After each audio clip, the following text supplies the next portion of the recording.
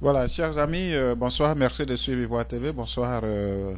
À l'occasion des fêtes de fin d'année, toute l'équipe d'Ivoire TV, la direction d'Ivoire TV se joint à moi pour vous présenter. D'abord, on n'a pas eu le temps de se voir pour la fête de Noël passée, un peu en retard. Joyeuse fête de Noël, même si ça vient légèrement en retard. Et surtout, bonne heureuse année 2012. Et puis, que cette année 2012 nous rapproche davantage, c'est-à-dire vous, nos amis d'Ivoire TV et toute l'équipe, la direction. Merci de suivre notre télé qui est la vôtre.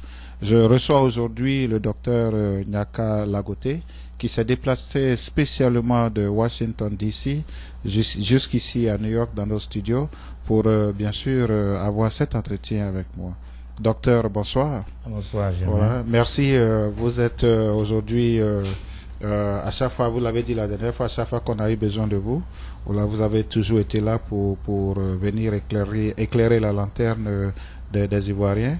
Je voudrais juste vous dire que le docteur Nyaka est à DC, comme je disais tout à l'heure. Le thème de sa thèse était le discours sur l'intégration économique régionale. On avait une théorie de développement authentique panafricaine. Nous allons bien sûr parler du panafricanisme et nous allons aussi parler de l'actualité aujourd'hui en Côte d'Ivoire.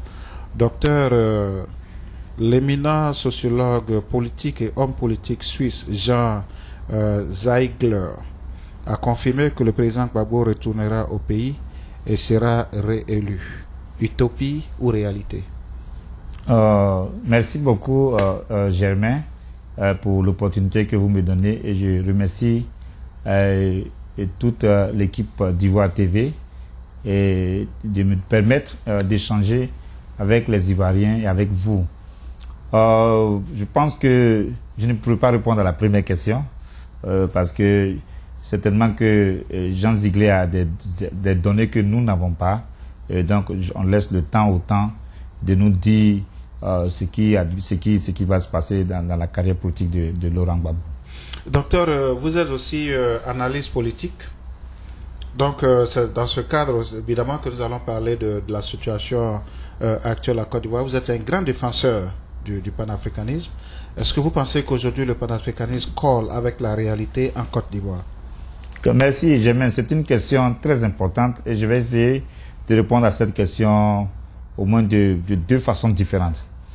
Le 21e siècle, comme je le dis souvent, le 21e siècle est le siècle du panafricanisme et ça sera le siècle de l'Afrique. Est-ce que pour ceux qui nous suivent, vous pouvez définir un peu le panafricanisme? Je vais arriver là-bas. Il y a la version Kwame Nkrumah, oui. Il y a la version Marcus Garvey. Voilà. Est-ce que vous pouvez d'abord définir le panafricanisme? Bon, je vais d'abord expliquer d'abord les causes. Voilà, donc, je disais que le 21e siècle sera le siècle du panafricanisme et il y a eu déjà beaucoup d'événements que nous n'avons pas certainement interprétés comme il se doit. Il y a eu la libération de Nelson Mandela, qui est devenu le premier président noir de l'Afrique du Sud, dans un pays où les Blancs ont dominé la majorité pendant plus de 300 ans. Il y a eu l'organisation de la Coupe du Monde récemment en 2010 et on a vu par exemple que cela a mobilisé des millions d'Africains qui ont eu un sentiment de fierté, qui ont eu des sentiments de fierté et de dignité. Il y a eu l'élection ici aux États-Unis du premier président noir Barack Obama, dont le père vient du Kenya et qui a épousé une noire américaine. Donc cela a rapproché de façon symbolique les Noirs d'Afrique et puis les Noirs des États-Unis. Et il y a eu naturellement les événements qui sont passés en Libye et en Côte d'Ivoire, où quel que soit ce qu'on peut reprocher à Gbagbo et à Kadhafi, ils ont symbolisé la résistance du continent africain vis-à-vis des forces de l'impérialisme et surtout vis-à-vis du néocolonialisme. Donc, le panafricanisme, c'est quoi? On pourrait définir ce mouvement comme un processus de solidarité, d'unité des peuples d'Afrique, des peuples de descendance africaine. C'est un mouvement qui est né dans les Amériques et il y a eu l'esclavage ici aux États-Unis et la déclaration des indépendances des États-Unis n'a pas pris en compte la condition des Noirs et qui espéraient qu'avec la déclaration d'indépendance et l'indépendance des États-Unis, ils allaient avoir la possibilité d'être intégrés dans cette société. Il y a eu des guerres qui ont existé, ils se sont à chaque fois battus pour pouvoir lever haut le drapeau américain. Mais à chaque fois, il y a une classe dirigeante blanche ici qui faisant tout pour que les Noirs soient dans une position de dominer. Donc c'est dans ce décor-là que Sylvester Williams, qui a employé le concept en 1900, a parlé du pan-africanisme. Du Bois a parlé du concept du pan-négroïsme en 1898. Et plus tard, ce mouvement allait être un mouvement de solidarité, d'unification des peuples d'Afrique et des peuples de descendance noire à travers le monde entier, à partir du fait qu'ils ont connu des expériences communes. En ce moment, c'était l'esclavage, et puis plus tard, ça allait devenir le colonialisme. Aujourd'hui, c'est le néocolonialisme. Et puis, il y a eu la globalisation. Donc, tout ce système d'oppression basé sur le racisme ont renforcé et ont forgé une conscience collective africaine autour d'un mouvement, un idéal d'unité qu'on appelle le panafricanisme. Oui, docteur, vous avez parlé tout à l'heure de Boy, vous avez cité tous ceux-là même qui certainement ont généré cette idée du panafricanisme. Nous avons aussi, pour ceux qui les ont suivis un peu plus tard, nous avons Kwame Nkrumah qui, après ses études en passant par la France, après ses études en Angleterre, a prôné véritablement le panafricanisme en Afrique. C'était un peu l'union des peuples africains. Nous avons d'un autre côté Marcus Garvey qui essayait de rassembler ses enfants des esclaves pour un véritable retour aujourd'hui, pour un véritable retour en Afrique. Est-ce que vous pensez qu'aujourd'hui, ce panafricanisme fait vraiment rêver l'Afrique et les Africains? Oui, c'est ce que je suis en train de dire. Compte tenu du fait que après les indépendances, on a vu que cet idéal-là, je dirais pas, il est entré en hibernation.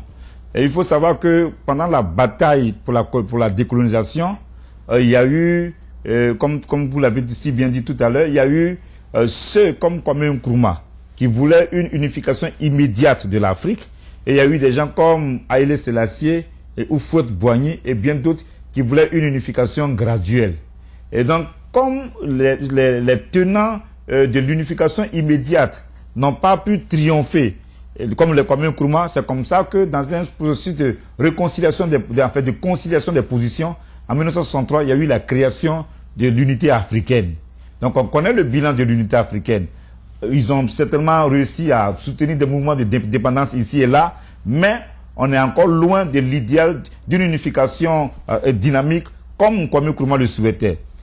Et donc, il y a eu des leaders, je l'ai dit, il y a eu des leaders comme Gbagbo Laurent, qu'on aurait voulu voir comme les chantres de ce mouvement, du point de vue du discours et du point de vue de l'action. Aujourd'hui, à cause des événements tragiques de la Libye et puis de la Côte d'Ivoire, des millions d'Africains qui sont fatigués du néocolonialisme et qui sont attachés à la notion de souveraineté de chaque État africain et à la notion de souveraineté du continent africain.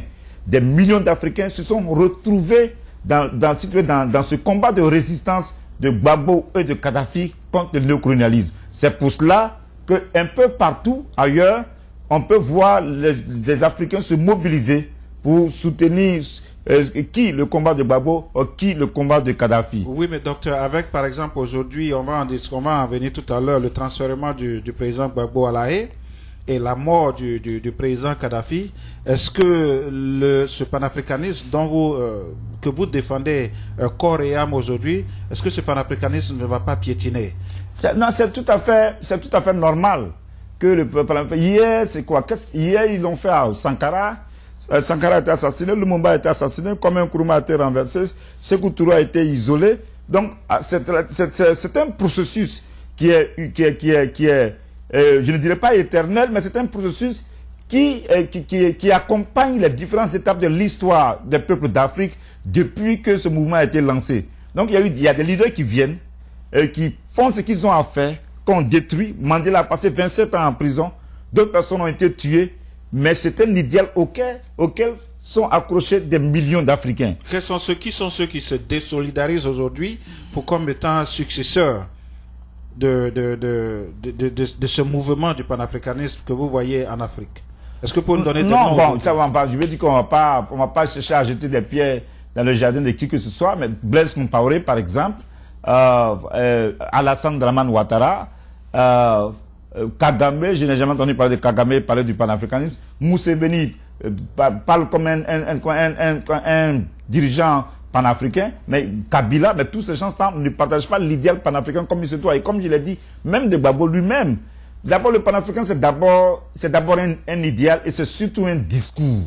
Et il y a des valeurs qu'on veut voir dans l'action politique de ceux qui se considèrent comme des panafricains, des valeurs de résistance, des valeurs de dignité, des valeurs de fierté, des valeurs de solidarité. Et dans l'exemple de Gbagbo Laurent ou de Kadhafi, le fait qu'on les ait vus comme étant ceux qui résistent contre l'Occident ou ceux qui n'acceptent pas de mourir politiquement et physiquement, cela a réveillé un tant soit peu l'idéal panafricain. Hier, c'était l'esclavage qui était l'élément fondateur de cette conscience panafricaine. Aujourd'hui, c'est le néocolonialisme et dans le cadre des pays francophones africains, on peut parler de cette France-Afrique. Il y a longtemps, on entendait parler de la France-Afrique. Il y a eu la France-Afrique avec les réseaux financiers. Et comment est-ce que la France contrôle le système banquier, les compagnies dans le monde du business en Afrique. Mais voir la manifestation et la matérialisation militaro-politique avec les bombardements comme cela, s'est passé en Côte d'Ivoire, on n'avait pas vu ça. Et donc cela a été quelque chose qui a déclenché cette flamme panafricaine-là dans des millions d'Africains qui la portaient, mais qui peut-être qui pensaient pas qu'ils avaient suffisamment de force pour se dresser contre l'Occident. Oui, mais docteur, vous parlez par exemple d'un mouvement néocolonialiste. Est-ce que vous pensez qu'aujourd'hui, l'Afrique peut véritablement se départir de ce mouvement qui a pour corrélation cette relation dont vous parlez, France-Afrique? Est-ce qu'on peut véritablement aujourd'hui se départir de cette relation France-Afrique? Bon, on est obligé, les pays africains sont obligés. Ils sont obligés de chercher à penser à des nouveaux concepts qui ne sont pas des concepts qui viennent de l'Occident et qui nous ont opposés. Oui. Par exemple, le néolibéralisme. Le néolibéralisme, le capitalisme a été une doctrine qui a été enseignée. On nous a dit que la meilleure façon, par exemple, de développer un pays, d'apporter plus de richesse dans un pays, c'était de donner, de permettre la libre entreprise. C'est vrai qu'on a accroché à la notion de liberté, mais quand on dit qu'il faut ouvrir le marché et qu'il faut privatiser dans les compagnies d'État dans les pays africains, et que quand on parle de la privatisation, on se rend compte qu'on donne ces compagnies-là à des multinationales occidentales, nous ne pouvons pas compétir, nous ne pouvons pas entrer en compétition avec ces puissances multinationales. Malheureusement, c'est ce que le président Gbagbo a fait, qui de tous les présidents de Côte d'Ivoire, qui a celui-là qui a donné le plus de contrats aux sociétés françaises. Bon, je ne dirais pas qu'il a donné plus, parce qu'avec Houphouët-Boigny, on ne savait même pas, avec Houphouët-Boigny, pendant 33 ans, la Côte d'Ivoire était véritablement la chasse cadet de Houphouët-Boigny. Et aujourd'hui, tout le monde sait que Ouattara fait, je dirais, mieux ou pire que Gbagbo Laurent dans sa façon de collaborer avec les Français. Gbagbo aura quand même essayé à un moment donné de diversifier de façon ouverte les partenaires de la Côte d'Ivoire. Mais ce que je veux, et à ce niveau, je peux faire une concession pour dire qu'on aurait voulu qu'il arrive vraiment à libéraliser, comme on le souhaite, les partenaires de la Côte d'Ivoire et certains autres pays. On ne l'a pas vu comme on le souhaitait. Mais ce que je veux dire, c'est quoi? C'est que aujourd'hui, on constate que le libéralisme est en crise.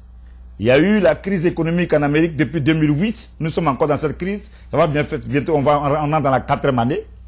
L'Union européenne, qu'on nous a imposé comme un modèle en Afrique, comme étant le modèle que nous devrions suivre, qui recommandait l'intégration des différents pays, secteur par secteur. Il y a le charbon, après il y a l'acier.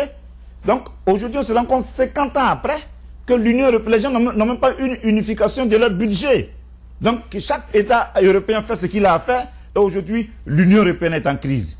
Donc, on ne peut pas nous dire que les modèles qui ont entraîné l'Europe et l'Occident dans le gouffre financier et dans la crise et dans la récession dans laquelle nous nous trouvons sur le plan mondial, que ce sont ces méthodes-là que nous devons appliquer en Afrique. Malheureusement, c'est ce que M. Ouattara est en train de continuer de faire en Côte d'Ivoire. C'est pourquoi des gens comme nous disons que le socialisme a montré ses limites en Afrique. Le capitalisme a montré ses limites en Afrique. Il est temps de penser à de nouveaux concepts. Julius Nyerere l'a essayé. Il a appelé ce concept Ujamaa. En Afrique du Sud, les gens parlent de Ubuntu. En Ouganda, on appelle ça Abantu. Il s'agit de quoi? C'est un système philosophique africain qui parle de l'unification ou de l'unité culturelle et linguistique africaine, mais qui parle de la notion de solidarité, d'unité et de complémentarité. Si on le fait à l'intérieur de chaque État africain et entre les États africains, on peut autour de ce modèle-là concevoir un modèle de développement qui n'aura rien à voir avec le capitalisme et le socialisme. Donc il est l'heure pour les Africains de réfléchir à de nouveaux modèles. Docteur Nyaka, tout à l'heure, quand je vous ai posé la question de savoir, je vous ai posé la question de nous citer, de nous donner des noms comme aujourd'hui successeurs du panafricanisme. Vous avez avancé le nom de l'actuel président de Côte d'Ivoire, le docteur Alassane Dramane Ouattara. Êtes-vous prêt à l'accompagner aujourd'hui? Non, je n'ai pas dit qu'il était successeur. J'ai cru comprendre des gens qui sont contre le mouvement. Non, j'ai dit que ceux qui peut-être émergent. Ah non, je dirais que j'ai mal compris. Non, Ouattara ne peut pas. Non, la lettre, je vais clarifier. Ouattara ne peut pas. Ouattara, j'ai pensé à Blaise Compaoré, Ouattara, Kagame, tous ceux pour moi qui sont, comment on dirait, ceux qui soutiennent le néocolonialisme, c'est ce que j'ai cru comprendre. Mais sinon, Ouattara ne peut pas être. Il ne peut pas. Actuellement, Gbagbo est à la Haye. Avec son procès, on parlera certainement de ça, ça va être le procès de la France-Afrique, le procès de l'impérialisme, du néocolonialisme, de la communauté internationale et le procès d'Alassane Dramane Ouattara. À l'occasion de ce procès, les Africains et les peuples des descendants africaines ont eu une opportunité d'amener ce mouvement panafricain un peu plus loin. Ça veut dire qu'aujourd'hui, on vous sait ici, d'abord, est-ce que vous pouvez nous définir votre position? Est-ce que vous êtes un défenseur mordu ou bien un défenseur modéré du président Gbagbo? Parce que c'est vrai, on sait que quand il s'agit de panafricanisme, vous avez fait de ça votre cheval de bataille de tous les jours.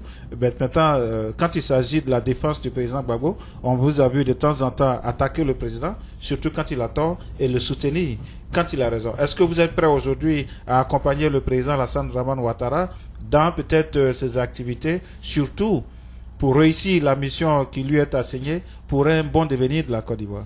Bon, c'est une très bonne question. Je pense humblement que M. Ouattara n'a pas besoin de moi.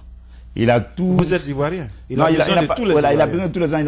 Premièrement, il n'a pas besoin de moi. Deuxièmement, je ne peux pas accompagner M. Ouattara parce qu'il y a peu de valeurs auxquelles je crois je ne le vois pas en train de symboliser des valeurs auxquelles je crois. Ce qui a fait que nous avons marché avec Gbagbo, c'est que il a voulu lutter et il a lutté pour la démocratisation en Côte d'Ivoire. On vivait sous un règne du parti unique pendant 33 ans. Et donc, à un moment donné, on a souhaité qu'il y ait la liberté d'expression, la liberté d'association et la liberté pour chaque individu de créer un parti politique. Donc, nous avons cru en ce combat. Même si le président Gbagbo Laurent n'a pas amené le combat de la souveraineté à un niveau où nous le souhaitions, sa résistance aujourd'hui a fait accélérer le débat de la souveraineté de la Côte d'Ivoire et le débat de la dignité africaine. À deuxième niveau, là encore, je me retrouve dans ce combat-là. Quand il fallait me dissocier de certaines de ces actions, je l'ai fait dans différentes interviews. Mais pour M. Ouattara, comme il est actuellement le représentant du pouvoir néocolonialiste en Côte d'Ivoire, et comme il est en train d'opprimer les Ivoiriens, et comme il est en train de réduire les libertés, et comme il est incapable de gouverner dans un environnement démocratique, je ne sais pas comment est-ce que je peux me retrouver dans un tel environnement pour chercher à le soutenir. Est-ce qu'on n'a pas vécu ces mêmes propos sur l'ère Gbagbo? Non, c'est-à-dire, si vous voulez qu'on compare, en fait, pour moi, ce n'était pas pour ça. C'est-à-dire, si vous voulez qu'on compare la gestion de Gbagbo et la gestion d'Alassane, il n'y a pas de problème. Mais ce que vous devez savoir, c'est que ce que nous vivons en Côte d'Ivoire là, on n'a jamais vu ça depuis 1960 jusqu'en 2011. On n'a jamais vu ça. Ce qu'on a vécu sur Ouattara pendant les 8 mois qu'il est devenu le président effectif de Côte d'Ivoire. Il y a des morts à Vavois et des morts, comment on appelle là, à Sikensi. Les militaires rebelles de Ouattara dans les rues qui tuent les gens, qui pillent les gens, qui demandent aux gens, qui veulent assurer la sécurité des gens, et puis qui rançonnent les populations. On n'a jamais vu ça pendant 7 mois d'affilée. Est-ce que ce n'est pas parce que la situation actuelle de la Côte d'Ivoire certainement est très fragile? Je dis très fragile, et peut-être un terrain pour ces brebis galeuses-là. Non, faut-il pas donner le temps au président actuel pour certainement cerner un peu ce problème de sécurité? Nous sommes tous d'accord qu'il y a le problème de sécurité est un véritable problème aujourd'hui en Côte d'Ivoire. On n'en doute pas. Ceux qui sont revenus de la Côte d'Ivoire nous ont tous dit qu'il y a un véritable problème de sécurité. Faut-il pas certainement lui donner encore du temps de pouvoir cerner ce problème? Mais pourquoi est-ce que on pense qu'il faut... Il a seulement 7 mois, comme vous l'avez dit. Oui, mais pourquoi vous pensez qu'il faut donner du temps à M. Ouattara, surtout que jusque-là, il n'a pas démontré sa bonne volonté à vouloir mettre fin aux exactions de ces rebelles. Quand vous mettez des rebelles, des gens sans formation, dans une armée, et qui n'ont pas eu le temps de se former, et qui sont venus, on a vu les photos des gens qui portaient des léquets, qui sont venus pour faire le combat, ils sont en formation, ces gens-là, vous les mettez dans une armée. Et puis, à cause de leur niveau de conscience, et puis de leur niveau d'éducation, qui n'est pas aussi élevé que celui qu'on attend d'un officier dans une armée, ou d'un pays aussi grand que la Côte d'Ivoire, dans leur tête, là, ils ont pris le pouvoir, c'est pour faire en sorte que le pouvoir de M. Alassane Dramane Ouattara soit imposé à tous les Ivoiriens. Et donc, dans leur tête, ce qu'ils font là, c'est ce qu'ils doivent faire. Donc, quand vous avez des gens comme ça dans une armée, naturellement, et que vous pensez qu'il faut donner suffisamment de temps, je vous assure, vous verrez, quand il y aura encore beaucoup plus de morts, parce que ces gens-là ne vont pas arrêter, et M. Ouattara a du mal à les désarmer, et parce que quand on fait un pacte avec le diable, donc justement, ce sont des choses-là qui arrivent. Oui, mais aujourd'hui, par exemple, Dr Nyaka, par rapport aux actions posées par l'actuel gouvernement en Côte d'Ivoire, qu'est-ce que vous pensez qui est positif? Et vous pensez, là on s'étale un peu sur l'aspect négatif, mais qu'est-ce que vous pensez aujourd'hui, si vous avez je dirais, des A+, c'est-à-dire des bonnes notes à donner au gouvernement actuel, dans quel domaine? Non, j'ai appris qu'ils ont tracé quelques routes. C'est ce que j'ai appris. Donc, différentes sources semblent être unanimes à ce sujet. Donc, à ce niveau, ce serait une bonne chose. J'ai appris qu'ils ont tenté de nettoyer la ville d'Abidjan. Ils ont nettoyé, c'est ce que j'ai appris, c'est une bonne chose. Mais quand on lève une armée, et qu'on donne 25 millions de francs CFA à des gens chaque mois pour aller renverser un régime, et que cela se transforme en guerre civile, et que le pays est divisé en deux, et on estime qu'on a maintenant les moyens de devenir président grâce au bombardement des Français de l'ONU. Quand on arrive, les mesures que M. Ouattara Alassane devait prendre pour mettre la Côte d'Ivoire sur les chantiers, les sentiers du développement, nous n'avons pas encore vu ça. Qu'est-ce qu'on constate? Des licenciements abusifs. Quand on licencie dans les différentes compagnies, donc vous pensez que quoi? Alors où nous sommes là, plus de 50% des Ivoiriens sont dans la pauvreté. Et ce nombre-là s'accroît sous M. Alassane Dramane Ouattara qui estime que, en appliquant les théories néolibérales selon lesquelles il faut réduire les dépenses de l'État en licenciant de façon abusive les travailleurs qui sont sans défense, au lieu de réduire le train de vie de l'État. Donc, on estime que c'est comme ça qu'on est en train de faire le développement. Oui, mais Dr Nyaka, comme vous le disiez tout à l'heure, on a tous lu dans les journaux, on a vu à la télé, le gouvernement actuel a un programme assez chargé. Ça veut dire que certainement, pour mettre en place ce programme-là, il va falloir faire des embauches. Il y a beaucoup de chantiers. La Côte d'Ivoire est en chantier aujourd'hui. Est-ce que vous ne pensez pas que cela aussi, certainement, va réduire... Mais la Côte d'Ivoire est en chantier dans quel domaine?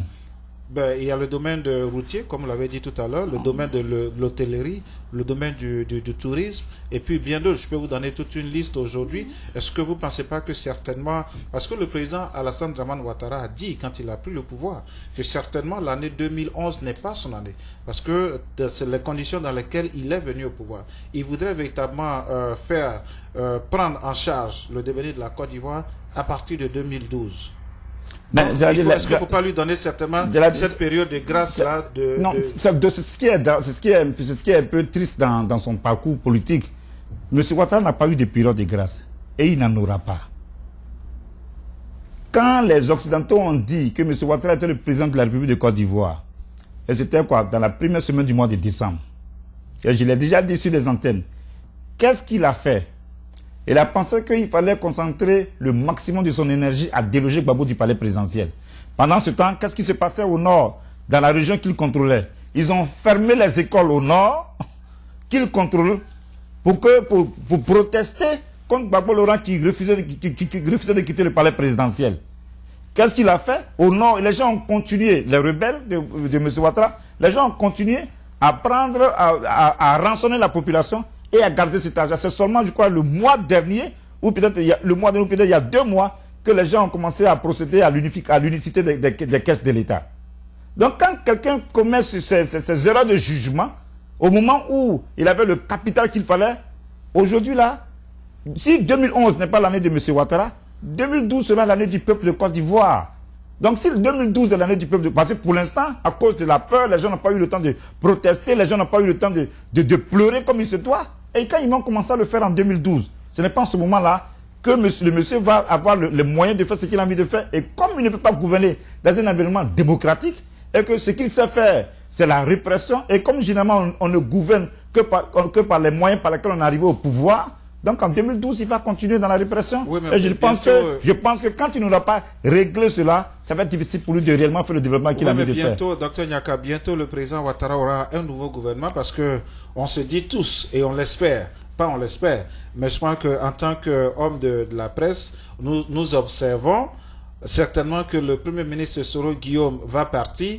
Il a tenu son qui vous a dit ça? Il a tenu son dernier conseil des ministres hier. Je sais, pendant le dernier conseil des ministres, par rapport à ce qui nous est rapporté, qu'il est en train de plaider pour encore rester au pouvoir parce qu'il s'est dit, il a étalé un peu tout ce qu'il a fait depuis les 6 derniers mois. Ça veut dire qu'il est en train de plaider pour rester encore au pouvoir. Et je crois que là, par exemple, ça va rejoindre un peu ce que vous disiez tout à l'heure. Le PDCI certainement va avoir la primature. Est-ce qu'il n'y a pas peut-être un brin d'espoir ici de savoir que peut-être la Côte d'Ivoire va sortir de cette léthargie dans laquelle nous tous l'avons laissé? Non, c'est possible. C'est possible. Bon, moi, je vais voir M. Soro. Est-ce que vous pensez au départ de M. Soro? Là, moi, je doute. Parce que M. Soro, il peut pas... Il est aujourd'hui député. M. Soro veut 2 choses. Pour l'instant. Ou bien il reste Premier ministre, ou bien il devient président de l'Assemblée nationale. S'il n'a pas les 2, je serais surpris de voir M. Soro en train de vivre en Côte d'Ivoire comme un homme politique ordinaire. Constitutionnellement parlant, M. Soro ne peut pas être président de l'Assemblée nationale parce que la loi de l'Assemblée nationale dit qu'il faut avoir au-delà de 40 ans. M. Soro n'a pas 40 ans pour prétendre être président de l'Assemblée nationale. Ben ça, je le sais, je l'ai lu, mais en même temps... à moins qu'on échange la Constitution. Donc c'est possible que M. Ouattara utilise l'article 48 pour, de façon exceptionnelle, avec ses prérogatives, parce que nous ne sommes pas dans un environnement démocratique comme il se doit. Il a dissous l'Assemblée nationale, il a pris des décisions anticonstitutionnelles, donc il peut prendre cette décision anticonstitutionnelle. Mais est-ce qu'en tant que président de la République, il ne joue pas d'un pouvoir autoritaire et discrétionnaire? Oui, mais non. Juridiquement parlant? Non, il n'a pas le pouvoir, il ne devrait pas intervenir pour faire de Soro le président de l'Assemblée nationale. C'est ceux qui sont les représentants du peuple, c'est eux qui décident celui qui va être leur représentant. Et à ce niveau-là, rien ne dit quelque part que le président de l'Assemblée doit intervenir de façon discrétionnaire pour le faire. S'il le fait, ça veut dire qu'il aura consacré la tyrannie. Et je pense que si M. Ouattara pense qu'il n'a pas, c'est difficile pour lui de vraiment négocier le destin de la Côte d'Ivoire au-delà de Soro Guillaume. Ça veut dire qu'il aura montré son incapacité à gérer la Côte d'Ivoire. Parce qu'on ne peut pas, on arrive à un point où il faut qu'il respecte la promesse qu'il a faite au PDCRDA. Or, il n'est pas prêt à ce moment précis à aller dans une confrontation politico-militaire avec Soro Guillaume qui semble avoir un contrôle sur les rebelles qui sont maintenant dans l'armée. Donc c'était un grand dilemme et pour M. Ouattara, et pour M. Soro, et pour le PDCRDA. Est-ce que c'est ce qui pose un peu le problème aujourd'hui, qu'il n'y ait pas encore de nom avancé au niveau de cette classe politique dont vous parlez par rapport à la CPI? Parce qu'on a l'impression que ceux qui sont condamnés en Côte d'Ivoire sont du clan de M. Gbagbo. Mais justement, on allait, parce que je n'ai pas voulu intervenir sur ça. Soro Guillaume a écrit un livre dans lequel il a expliqué pourquoi il est devenu rebelle. Ça y est, sur YouTube, M. Ouattara a dit, il y a eu un rebelle qui a dit que M. Ouattara les a financés 25 millions de par mois. C'est Zachary, on a tous vu la vidéo. Et c'est aujourd'hui celui qui est le patron de la police militaire pour aller traquer les faux FRCI. Bon, donc pour moi, c'est une grande comédie. Et il n'y a que ceux qui veulent vivre dans l'illusion, qui vont croire que M. Ouattara peut amener la justice et puis la justice et la démocratie en Côte d'Ivoire. Ce n'est pas possible. Mais pourquoi pensez-vous qu'il ne peut pas arriver à amener la Côte d'Ivoire à ce stade? Oui, mais parce que, et avant même qu'il ne soit le président effectif, nous l'avons dit. Hein, je n'ai pas l'habitude de le faire, mais il m'est arrivé d'accorder une interview dans laquelle j'ai dit que si M. Ouattara devenait président, et que voilà ce qu'il allait faire, qu'il allait avoir plus de répression, parce que il allait vouloir pacifier le pays. Et comme il y a eu un contexte de guerre, et quand on veut pacifier, qu'est-ce qu'on fait? On ratisse et on tue. Et donc lui, il a donné libre cours à ces rebelles de faire ce qu'ils avaient envie de faire, croyant terroriser les Ivoiriens. Or, il a oublié que les Ivoiriens ont une culture de liberté, et les Ivoiriens sont attachés à l'esprit de souveraineté de leur nation. Et c'est pour ça qu'on peut voir Bavois, Sikinsi, alors que la répression, ceux qui viennent d'Abidjan, la répression de l'armée de Alassane Ouattara est terrible. Donc vous pensez qu'aujourd'hui, M. Alassane Ouattara est auteur ou co-auteur de ces actes qui sont posés aujourd'hui en Côte d'Ivoire? Mais c'est bien sûr que bien sûr, c'est lui qui a, comme je dis, c'est lui qui a financé le renversement de Gbagbo et qui a échoué et qui s'est transformé en une guerre civile brève et qui a conduit le pays à une division. Et il y a eu des morts. Donc même quand il y avait la crise de 2011, tout récemment, il y a eu 1200 morts, des gens qui ont été tués à Diokoué. Et les organisations des droits de l'homme ont dit clairement que c'était les forces de M. Alassane Draman Ouattara qui étaient responsables de cette tuerie. Donc quand on entend les Occidentaux en train de nous dire qu'il y a 3000 morts, 3000 personnes qui ont été tuées, mais quand on veut faire une comptabilité macabre, pour citer un de mes amis qui s'appelle Moussa Sow, quand on enlève 1200 des morts de Diokoué, des 3000 morts, et qu'on pense aux gens qui ont été tués par IB, et puis des gens qui sont morts dans les conflits entre les troupes de M. Ouattara et les troupes de M. Gbagbo, donc combien de morts on va attribuer à Gbagbo? Mais pourtant, c'est lui qu'on envoie à la haie, et Alassane Draman Ouattara est là, aucun mandat d'arrêt, ni contre Ouattara, ni contre Soro. Il y a eu 3000 morts. Oui, c'est ce qu'ils ont dit. Il y a eu 3000 morts. Moi, je pense qu'il y a eu même eu plus. Certainement. Voilà, je pense qu'il y a eu plus. Donc, c'est parce que je voulais ironiser un peu avec leurs chiffres. C'est pour ça que j'ai dit cela. Oui, mais Dr Nyaka, je voudrais dire que, en fait, le président Laurent Gbagbo a été envoyé à la haie. Je voudrais vous lire, Laurent Gbagbo aurait engagé sa responsabilité pénale individuelle en tant que co-auteur indirect. Est-ce qu'aujourd'hui, on pourrait savoir qui sont ces auteurs directs de ces 3000 morts en Côte d'Ivoire pour que ce soit M. Laurent Gbagbo qui soit paye co-auteur. le prix? Parce que lui, il est co-auteur. S'il est co-auteur, ça veut dire qu'il y a des auteurs. Non. Et non seulement il est co-auteur, mais il est co-auteur indirect. Non, moi je pense d'abord, je pense que ça peut-être à Ocampo qu'il fallait poser cette question, mais je crois savoir que on dit de Gbagbo qu'il est le co-auteur parce que on ne peut pas dire de lui qu'il est l'auteur direct des crimes contre l'humanité et que selon ce que j'ai lu, Ocampo dit que c'est parce que il a refusé de quitter le pouvoir que cela a entraîné des conflits et qu'il y a eu des morts. Donc, il est le co-auteur. Je crois que c'est indirect. Je crois que c'est comme ça qu'ils ont expliqué en fait, le délit qu'on retient contre lui. Il y a eu des voix qui s'étaient élevées au moment du transfèrement du président Laurent Gbagbo. Il y a eu l'ancien président du Ghana, John Rawlings. Il y a eu Jean Ping, qui est le commissaire de l'Union africaine. Il y a eu bien d'autres présidents, je crois que je voudrais aussi citer Ouad et tout ça, qui se sont élevés contre le transfèrement de Laurent Gbagbo. Est-ce que vous pensez que ce sont des personnes qui sont prêtes à témoigner au niveau de la Cour pénale internationale, vous en tant qu'analyste politique, pour certainement une éventuelle libération du président Gbagbo après cette je pense qu'ils vont, je pense que je ne sais pas jusqu'où ils pourraient aller parce que nous sommes sur un terrain politique.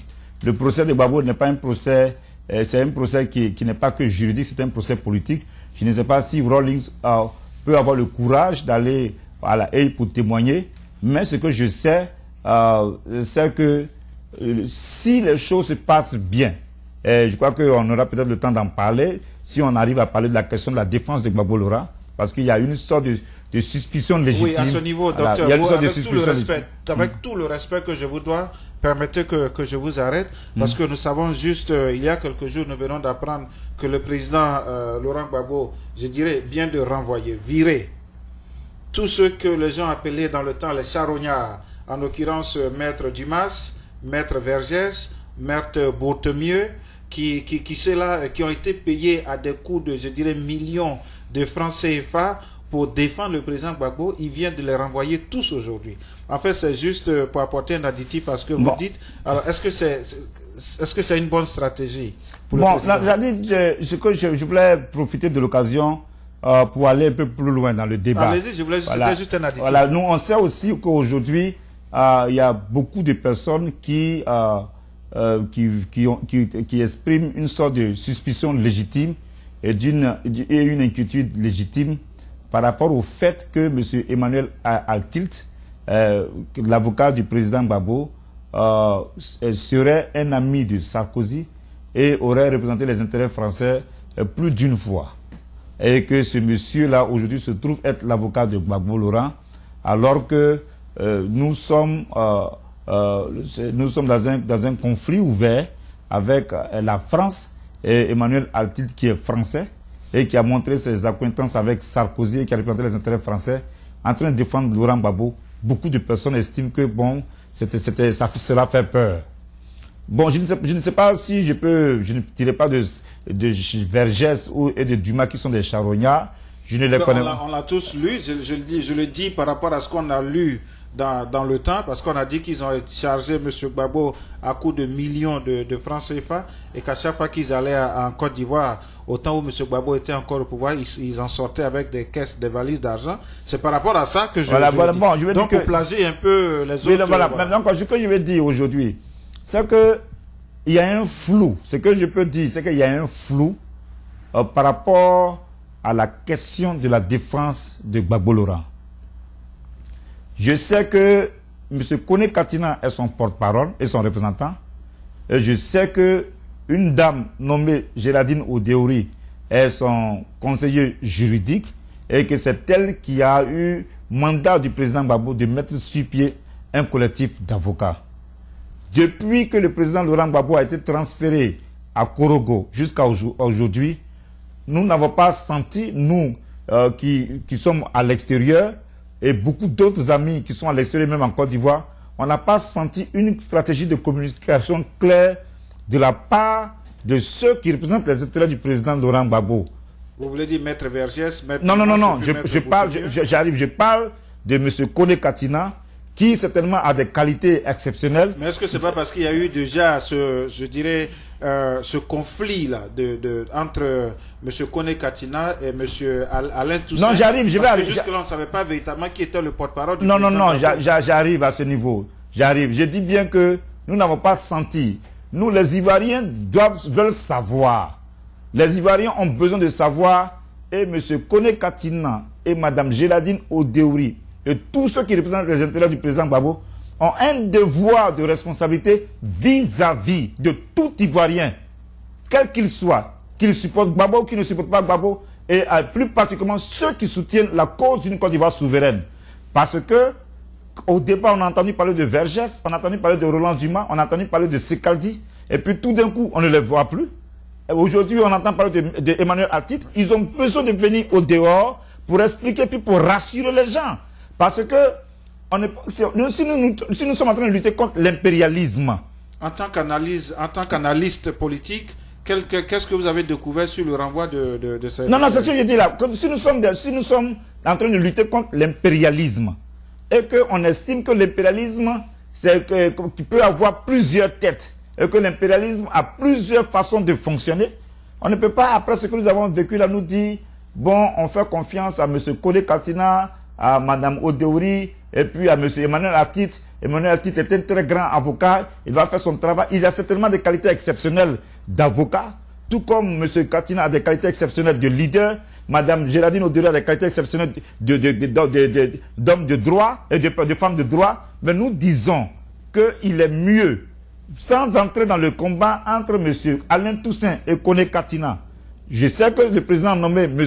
Kone Katina et que tout le monde doit respecter son autorité, mais M. Kone Katina a une responsabilité et un devoir vis-à-vis de tout un chacun. C'est pour cela qu'on doit venir expliquer. On ne va pas apprendre dans des journaux que bon... Il a fait des dons dernièrement de... Oui, on a entendu parler de ça. On a entendu même la stratégie de communication, la stratégie de défense du président. Ils doivent... sans livrer des secrets sur la place publique, ils doivent rassurer les gens. Pour l'instant, on ne sent pas ça. Et c'est pour cela qu'il y a un tohu-bohu, et il y a du flou, et naturellement, cela ne fait qu'accroître les angoisses et les inquiétudes des uns des autres. C'est aujourd'hui, c'est pour ça que je vous ai posé la question tout à l'heure de savoir si la libération du président Laurent Gbagbo est utopie ou réalité. Non. C'est par rapport un peu à ce tohu-bohu dont vous parlez. Non, mais ce n'est pas intéressant. Ça, ce n'est pas intéressant. Comme je l'ai dit jusque-là, je crois être en train de parler de cela dans les règles de l'art, en tant que panafricain.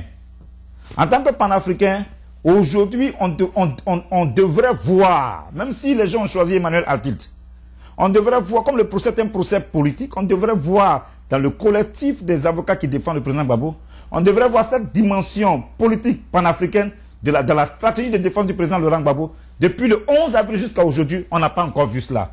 Et donc, on estime que ce que nous sommes en train de dire, il faut dissocier les problèmes de personnes des problèmes de fond. Et ce problème de fond-là, c'est ce que des gens sont en train de poser. Et je partage en partie. Et ce que je suis en train de dire, c'est pour cela que je suis en train de défendre cela. Je ne suis pas en train de demander aux gens de se révolter contre M. Kone Katina, d'aller contre lui ou de lui témoigner un manque de respect. Je souhaite que tout le monde respecte son autorité. Mais il faut qu'on apprenne à tirer les leçons de ce qui s'est passé. Là où nous sommes aujourd'hui, chacun de nous doit ajuster son attitude et son comportement. Hier, si on ne savait pas travailler en unité, en synergie, et que nous sommes dans une situation telle que celle dans laquelle nous nous trouvons, il est temps que chacun de nous apprenne que c'est seulement dans l'unité et dans le rassemblement des énergies et des forces, là, de toutes les compétences, dans la possibilité de tomber d'accord sur un compromis, qu'on peut faire mieux devant l'Occident. La France, elle seule est une puissance, mais quand elle va en Côte d'Ivoire, elle va avec les États-Unis, elle va avec toute l'Union européenne, elle va même avec la Chine, elle va avec la Russie. Et donc c'est en ce moment que nous, les Africains, nous allons essayer d'aller contre un système impérial, et puis en tant qu'individu, je ne parle même pas de groupe, en tant qu'individu, et je pense qu'il faut qu'il est temps que cela s'arrête, et c'est et ça, je l'ai dit hier, quand il s'agissait du président Gbagbo, et je le dis aujourd'hui de ses représentants, c'est ceux qui sont en position d'autorité, c'est à eux qu'incombe la responsabilité de ramener le calme dans l'écurie et de rassembler toutes les compétences. Docteur Nyaka, est-ce que c'est dans cette optique de synergie dont vous parlez que Charles Blé Goudé a demandé à l'opposition et au gouvernement actuel de s'asseoir pour un franc-parler? Bon, moi, je pense, j'ai vu que Charles Blé Goudé a demandé cela. J'ai lu l'interview de Blé Goudé. Bon, je pense qu'à Abidjan, le Front populaire ivoirien a déjà invité le président Alassane Dramane Ouattara au dialogue. Et si M. Ouattara veut effectivement avoir une année moins difficile en 2012, il n'a pas d'autre choix. C'est à lui de choisir son poison. Pour l'instant, il a choisi le poison des rebelles qu'il a mis dans l'armée. Il a choisi le poison de la France, composé avec la France, composé avec les rebelles qui l'ont soutenu, qui sont dans l'armée, et puis essayer d'ignorer ceux qui représenteraient au moins 46% de la population. C'était le pourcentage de voix qui a été accordé à Gbagbo Laurent. Or, ce n'est pas possible. Surtout que, depuis que le président Laurent Gbagbo a été renversé, à cause de ce que M. Ouattara et ses troupes font à Abidjan, je peux vous dire, mon frère et mon ami, ils sont devenus davantage nombreux, ceux qui se retrouvent en opposition contre M. Ouattara, parce que les gens sont désillusionnés. Ils ne s'attendaient pas à un système de répression, et ne s'attendaient pas à un niveau de médiocrité. Donc tous ces gens-là, aujourd'hui, sont là, et ils ne sont pas du tout contents de la façon dont les choses vont. Si M. Ouattara veut effectivement unifier la Côte d'Ivoire, il y a des éléments qu'il doit prendre en compte. Le premier élément, c'est qu'on ne peut pas briser l'esprit de souveraineté de notre nation. La culture de liberté de notre nation-là, en 7 mois de répression, ce n'est pas possible.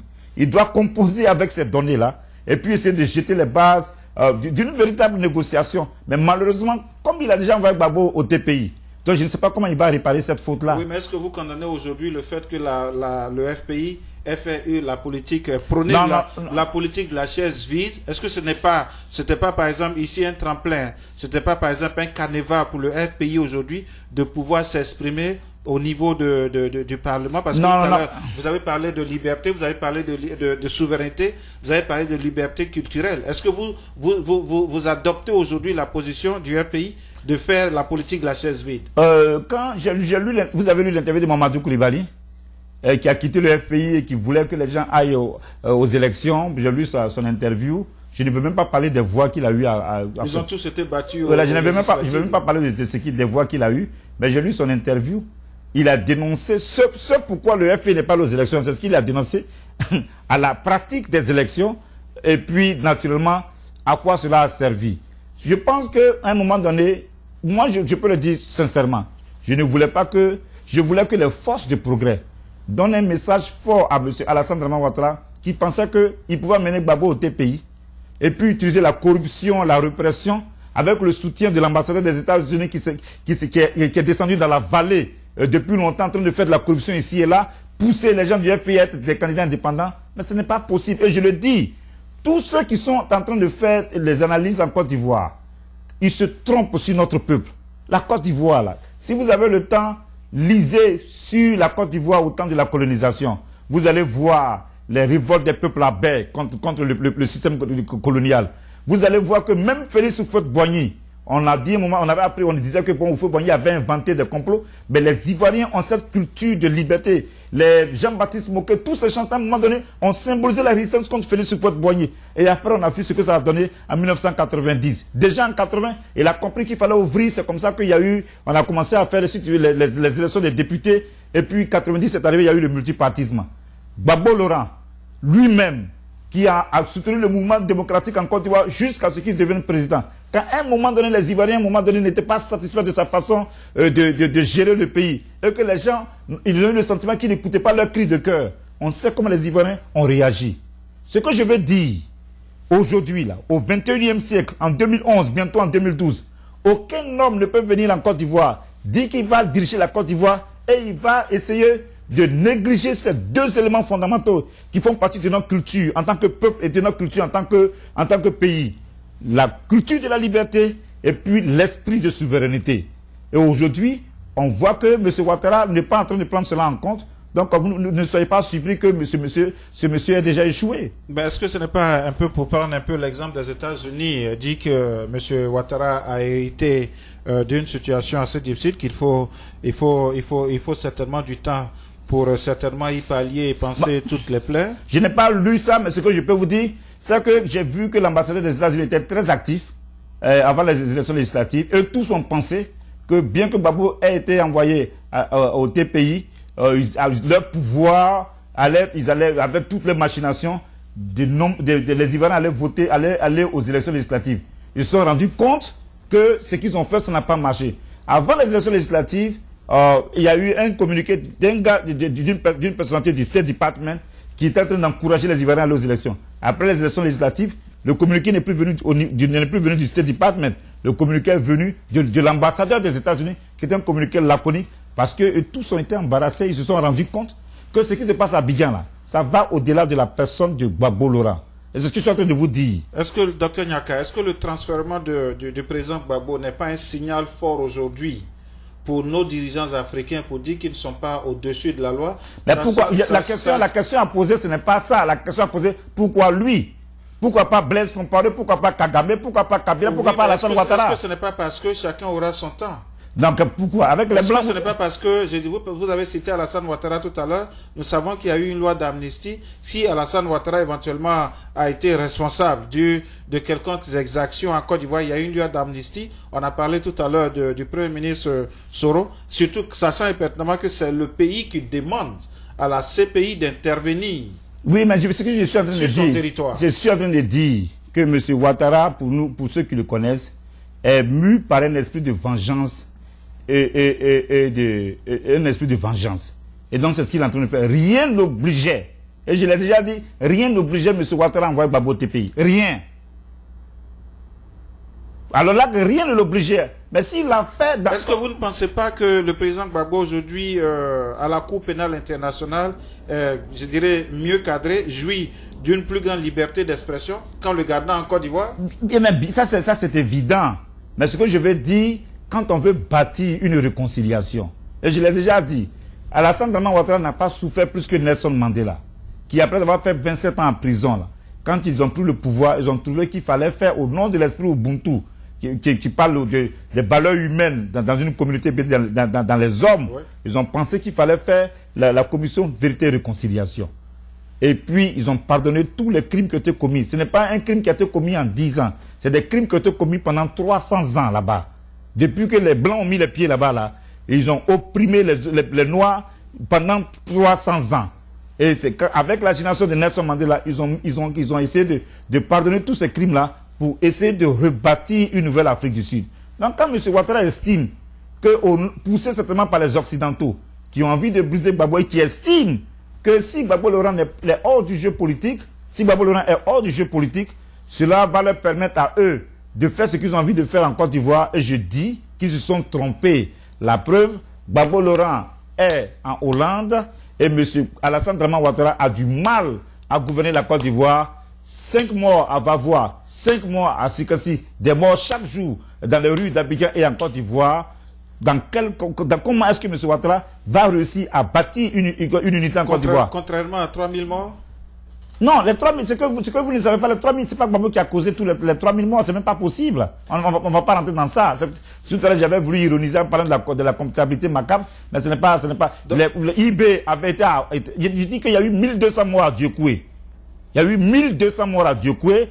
Et les Occidentaux qui soutiennent Ouattara, eux-mêmes ont dit que ce sont les troupes de M. Ouattara qui ont causé la mort de ces 1200 personnes. Docteur Nyaka, dernièrement, le ministre Charles Blé Goudé a dit qu'il faut renouveler la classe politique qui est vieillissante en Côte d'Ivoire et surtout responsable de tout ce qui s'est passé. Quand il parle de la classe politique vieillissante, il veut parler en l'occurrence de Alassane Ouattara, Gbagbo, Bédié et autres. Il dit qu'il faut les balayer tous. Il faut apporter du sang nouveau parce qu'il considère que c'est tous ceux-là qui sont pratiquement responsables de tout ce qui s'est passé en Côte d'Ivoire. En tant que canaliste politique, est-ce que vous partagez un peu cette idée de M. Blé Goudé?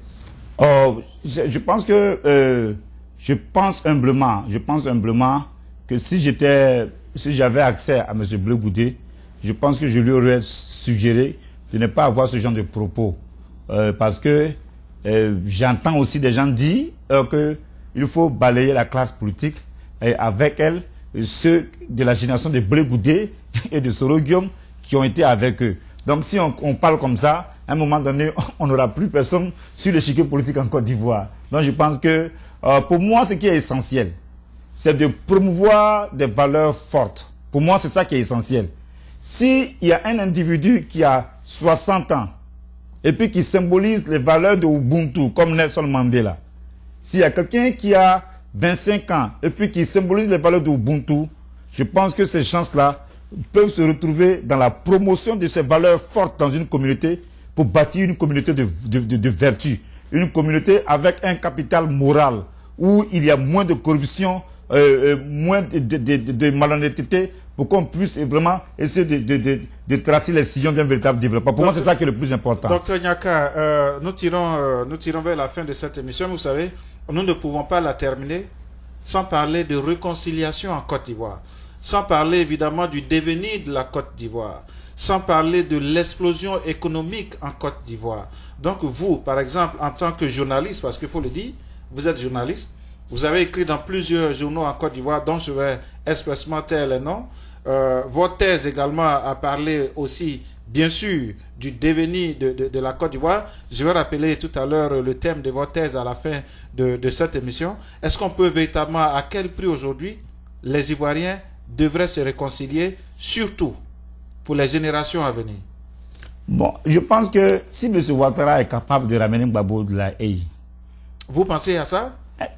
Parce que je vous repose la question pour la troisième fois, utopie ou réalité? Et je vais répondre. Je dis, s'il est capable de ramener Gbagbo du TPI, et s'il est capable d'indemniser tous ceux qui ont perdu leur maison, leurs champs, leurs voitures, leurs parents, et s'il est capable de penser les blessures morales et physiques, si M. Ouattara est capable de respecter les règles du jeu démocratique, si M. Ouattara est capable de comprendre que ce n'est pas en détruisant politiquement Laurent Gbagbo qu'il est capable d'avoir le soutien des soi-disant 46% qui ont voté pour Laurent Gbagbo, s'il est capable de faire tout cela, alors là, nous pouvons parler de réconciliation. Mais s'il n'est pas capable de faire cela, je pense que ce serait une utopie de croire que M. Ouattara, qui lui-même est disqualifié pour parler de réconciliation, comme je vous dis, il fait partie du problème. c'est une utopie de croire que M. Ouattara peut amener la réconciliation en Côte d'Ivoire. Donc pour vous aujourd'hui, la réconciliation des Ivoiriens, surtout le devenir de la Côte d'Ivoire et de nos enfants, n'est pas pour maintenant. Ouais, si autant que M. Ouattara sera là, et autant qu'il fera ce qu'il est en train de faire, ce n'est pas possible que nous puissions penser à une réconciliation. Comme je l'ai dit, pour ne pas me répéter, il a fait des faux pas et qui vont avoir un impact négatif sur lui-même, son règne. Et donc, c'est ce que nous voyons aujourd'hui. Lui, il n'a que 7 mois d'existence au pouvoir, les autres ont fait 10 ans. Non, ce n'est pas une affaire de 10 ans ou de 7 mois. C'est une affaire des actes qu'on pose et qui vous suivent tout le temps. Vous voyez, en politique, c'est ça. Vous posez des actes et ça vous suit. Pour ne pas faire de digression, quand M. Obama est venu, il a voulu passer la loi sur l'assurance maladie universelle ici aux États-Unis et qu'il n'a pas été capable de maintenir l'option publique. Donc, naturellement, cela a cassé une bonne partie de ceux qui le soutenaient. Et c'est pour cela qu'aujourd'hui, sa campagne va être un peu plus difficile que celle de 2008. Docteur Nyaka, nous sommes juste à 48 heures du nouvel an 2012. Vous l'avez annoncé tout à l'heure, nous le savons tous. Voilà, au nom de la direction d'Ivoire TV, je voudrais vous remercier d'avoir fait ce déplacement jusqu'à nos studios pour avoir cet entretien. Quel est, juste en quelques minutes, votre dernier mot et puis surtout, quels sont vos vœux pour la Côte d'Ivoire? Ok. Merci beaucoup, Monsieur Germain. Et je remercie une fois de plus à toute l'équipe d'Abidjan d'Ivoire TV. On a une équipe à Abidjan, effectivement. Toute l'équipe d'Ivoire TV. Voilà, ce que je voulais dire, c'est quoi? Je souhaite parce que nous avons vécu une année 2011 assez difficile, terrible, pleine de tragédies, des morts ici à droite, à gauche, l'opposition entre les ethnies, entre les religions, entre 2 hommes ou 3 hommes politiques. Je souhaiterais que l'année 2012 soit différente et que les Ivoiriens comprennent que sur cette terre des hommes, que personne ne viendra pour pouvoir faire leur combat à leur place. S'ils estiment qu'ils doivent lutter pour leur propre survie, il faudrait qu'eux-mêmes saisissent le taureau par les cornes, qu'ils fassent ce qu'ils ont à faire pour que la Côte d'Ivoire puisse se réconcilier avec elle-même et se réconcilier avec sa destinée prophétique. Je souhaite que M. Ouattara comprenne qu'aujourd'hui, c'est lui qui a la responsabilité de diriger la Côte d'Ivoire et que tout acte qu'il pose aujourd'hui, qui est de nature à contribuer à la désintégration de notre société, va avoir un impact négatif sur lui-même, sa présidence, et sur le tissu social, et sur le destin, et sur le futur de notre pays. Et la Côte d'Ivoire aura été la terre par laquelle le mouvement du panafricanisme aura été déclenché au XXIe siècle.